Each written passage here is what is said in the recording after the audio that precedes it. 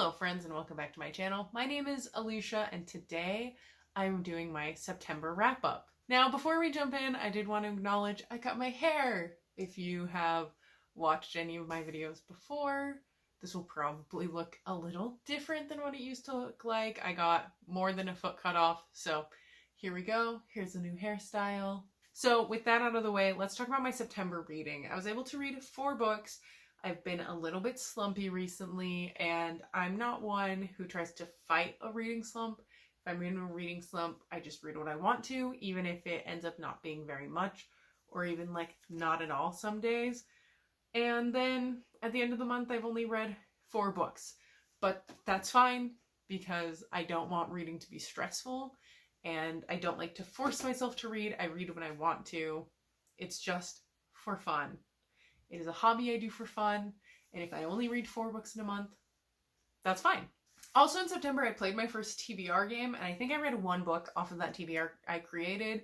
If I was actually playing the way that Becca does, and the way that a lot of people do with their TBR games, is if they don't complete their TBR, they have to take a punishment. I'm not doing that. I'm just acknowledging the fact that I didn't get to almost all of the books that were on my September TBR. But the one that I did manage to get to, and the first book I finished in September, was Sheets by Brenna Thummler. Sheets is a graphic novel that follows this 13-year-old girl who is running her family's laundromat and her interaction with this ghost. And honestly, this book, the illustrations are very cute. The atmosphere was very good, but other than that, it just didn't make any sense to me. I had pretty high hopes for this graphic novel going in, and I was expecting to really enjoy it because it looked so cute and because it sounded so cute. But honestly, I was really disappointed because of the execution. I didn't connect at all with any of the characters, and everything just felt very flat to me, except for the atmosphere. But I think that's because of the pictures, and it was showing all these beautiful trees.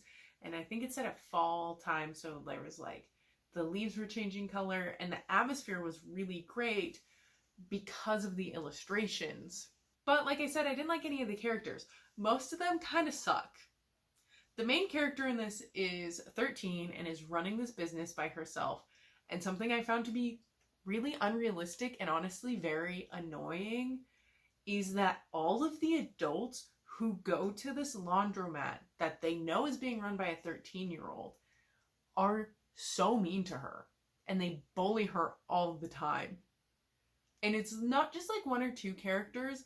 It was it seemed like it was all of the characters who were going to this laundromat were bullying this 13-year-old girl, and they were all adults who should know better.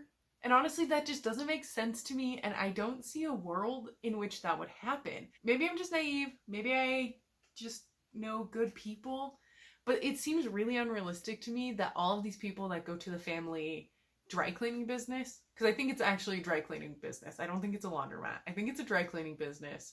But all of the people who go to this dry cleaning business are so mean to this girl that they know is 13. And between the bullying and some other aspects of the plot that I just could not believe or suspend my disbelief for, this 13-year-old making decisions about this business without a legal guardian there.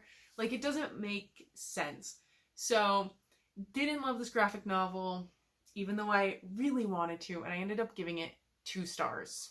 And now that I've reminded myself, I did want to take a minute to talk about my rating system that I just started using in September, which is the CAWPILE system. Before implementing this system, I didn't give books star ratings because it just felt too subjective, and I could never say why I gave something a certain rating. So if I gave a book a 5-star, well, that one's a little bit easier. But I would just go with my gut feeling, and I'd be like, well, this just feels like a 5-star because I enjoyed it so much. And I didn't really take into account the writing or the characters or anything like that. I based it solely on enjoyment. And that just didn't feel useful to me, and especially in this format of trying to recommend books, I didn't want to rely on a subjective star rating that I could not defend. I wanted to actually have good thoughts and opinions and try to be well spoken, even though sometimes I am not, you know. But the point is, I wanted to try to get my point across of what I thought of a book without relying on a star rating and relying on my words. It made me think more about my books. But the CAWPILE system, which I've heard about from a couple different channels, one of them being Katrina Reed's, who talked about this in one of her videos, but this is a system that was created by Book Roast, and basically it has 5 different categories, I believe. Let me look it up. No, it has 7 different categories. I don't know why I was thinking 5, but each of the categories is characters, atmosphere, writing, plot, intrigue, logic, and enjoyment, which is why it is called CAWPILE, because if you take the first letter of all of those words, that's what it shortens down to. That's like the acronym for it. So I've started using this to rate my books, and I have been finding it very helpful. That's all I'm going to say about the CAWPILE system right now. I will have Katrina Reed's video as well as Book Roast's video linked in the description that talk a little bit more about it. Next, I read Not a Happy Family by Shari Lapena. This is a book that follows as the parents of this very wealthy family are killed, and the investigation into trying to find out who did it, and also just like looking at this family that, as the title says, is not happy. The kids don't really seem to get along.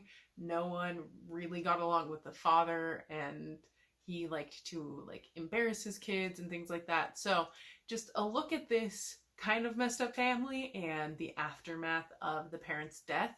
And I actually really ended up enjoying this book. I think the main thing that made me really enjoy this book was how well crafted it was and how alive and real the characters felt. I didn't really like any of the characters, but they all felt very fleshed out. There wasn't really any characters in this book that I felt were one-dimensional or that were lacking in substance or that were like second thoughts. Even the secondary characters still felt like full characters, like they had a full personality and not like a cardboard cutout that was just taking place in the book because there had to be a character there. I also did enjoy the plot of this. I liked the turns and the arc that the story took, and I did like the ending, and that's all I'm really going to say about plot because I really don't want to give any spoilers or even get close to giving spoilers. The only thing I think that maybe could have made this story better is making one of the characters a little bit more likable or a little bit more like rootable, because I didn't really root for any of the characters because I didn't really like any of the characters. And I personally maybe would have gotten a little bit more invested if I did like one of the characters. I am a very character-driven reader, and I can get into a story where I don't really like any of the characters, but it is so much easier for me to delve into a story and to like really get wrapped up in it if I am on the side of one of the characters.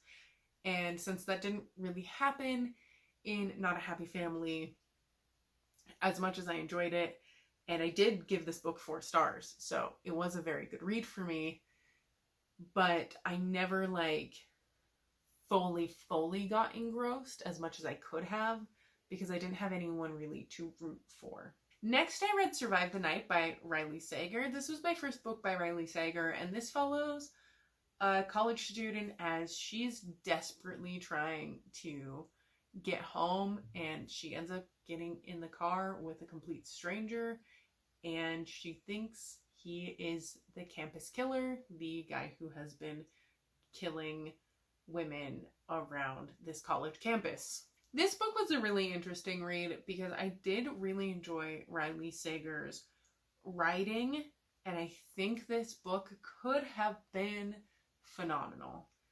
But it fell a little bit short for me because it was too long.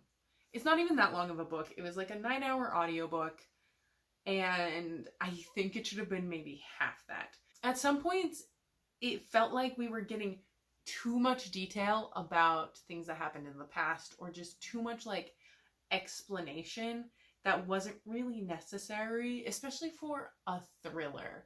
I don't know about anybody else, but in thrillers, I don't need as much setup as I do with other books, and I almost don't expect quite as much character development. That being said, the characters in this were okay, but even with all of the flashbacks and all of the explanation we get in this book, I still don't feel like the characters were as developed as they could have been, and honestly as they should have been, based on how much time we spent with them. This is especially true for some of the side characters, that when I look back and think about them, they just feel very flat. And that honestly is okay with me in some thrillers if they are really fast. And this just didn't really feel that fast paced to me because we took so much time to explain things, and because of just how Riley Sager wrote it. It didn't feel as fast paced as I was kind of hoping and kind of expecting based on everything I've heard about Riley Sager before.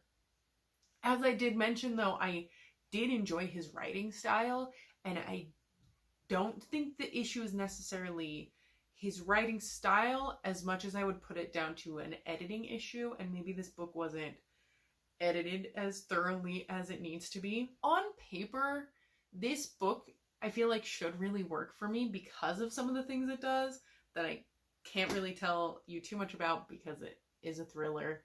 And again, spoilers. But in execution, it just felt like it missed the mark a little bit. Overall, this was a pretty good book, even though there were some things that disappointed me. I ended up giving it 3.5 stars. And the last book that I read in September was The Murder of Roger Ackroyd by Agatha Christie. This book I actually just finished this morning, and honestly, I was a little bit disappointed in this one as well. Not that it wasn't good, and not that I didn't give it a good star rating, but just because I always expect so much from Agatha Christie, and this is completely on me, because I always expect so much, and I always go in kind of hoping to find like a new favorite, or like that it's going to live up to these larger than life expectations.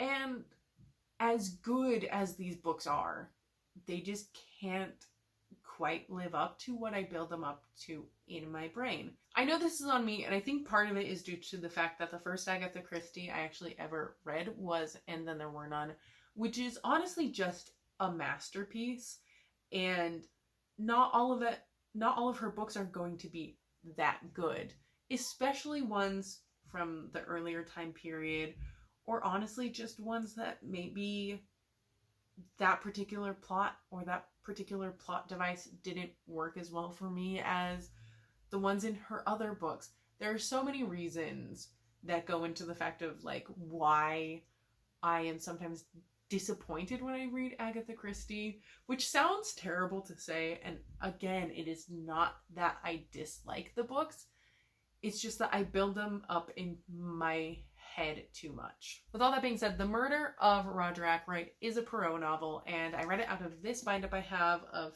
3 Poirot novels. It has Murder on the Orient Express, The Murder of Roger Ackroyd, and Curtin's Poirot's Last Case. I think part of the reason I might have been disappointed with this book a little bit as well is because of the characters. I didn't really connect with any of them except for Dr. Shepard, who is the point of view character.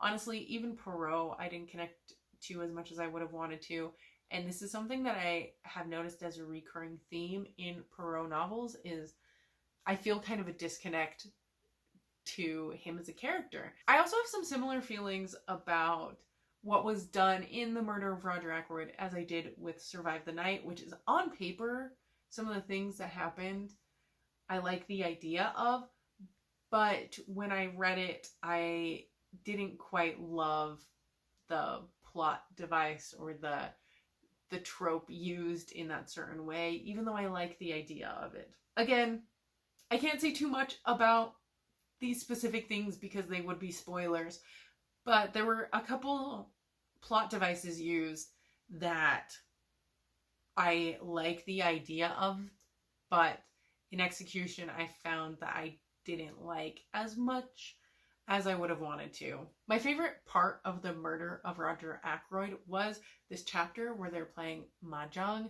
Most people know of Mahjong because of the computer game where you match the tiles, but my grandfather was in the Air Force, and so my grandma and my dad and his brothers lived all over the world, and while my grandma was in the Philippines, she learned how to play Mahjong.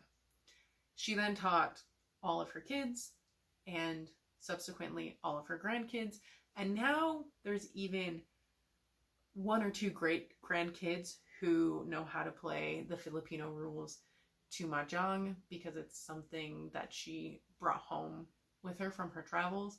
So reading about that was really fun. It made me really desperately want to play Mahjong, which is my favorite game of all time. Hands down my favorite game of all time. I love playing Mahjong. So that was my favorite part of the book. I really just loved reading about the Mahjong game, and I gave this book 4 stars. That is everything I read in September. Let me know down in the comments if you read any of these books or what you read in September. Thank you so much for watching. Don't forget to like and subscribe if you want to, and I will see you in my next video. Bye!